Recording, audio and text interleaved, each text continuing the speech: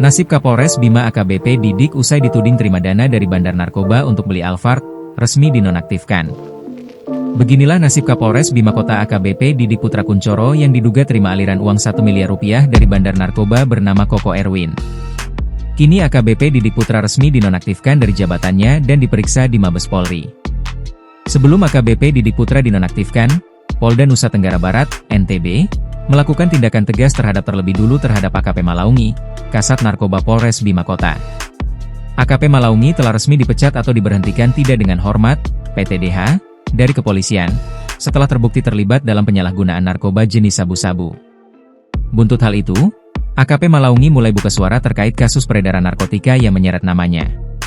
Kuasa hukum Malaungi, Dr. Asmuni, mengungkapkan dalam pemeriksaan di Polda Nusa Tenggara Barat, NTB, kliennya menyebutkan sejumlah nama yang dianggap harus ikut bertanggung jawab. Salah satu nama yang muncul dalam pengakuan tersebut adalah Kapolres Bima Kota, AKBP Didik Putra Kuncoro. Asmuni mengklaim bahwa kliennya nekat terlibat dalam bisnis haram tersebut demi memenuhi permintaan atasan. Ia menyebut, orang nomor 1 di Polres Bima Kota itu diduga meminta dicarikan dana untuk membeli mobil Alphard. Ini murni melaksanakan perintah pimpinan sehingga klien kami melakukan tindak pidana tersebut, kata Asmuni, Kamis, 12 Februari 2026.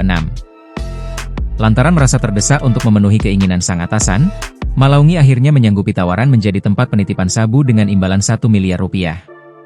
Adapun barang bukti sabu seberat 488 gram yang diamankan di rumah dinas Kasat Res Narkoba tersebut, merupakan milik dari Koko Erwin, seorang bandar narkoba yang rencananya akan mengedarkan barang tersebut di wilayah Sumbawa.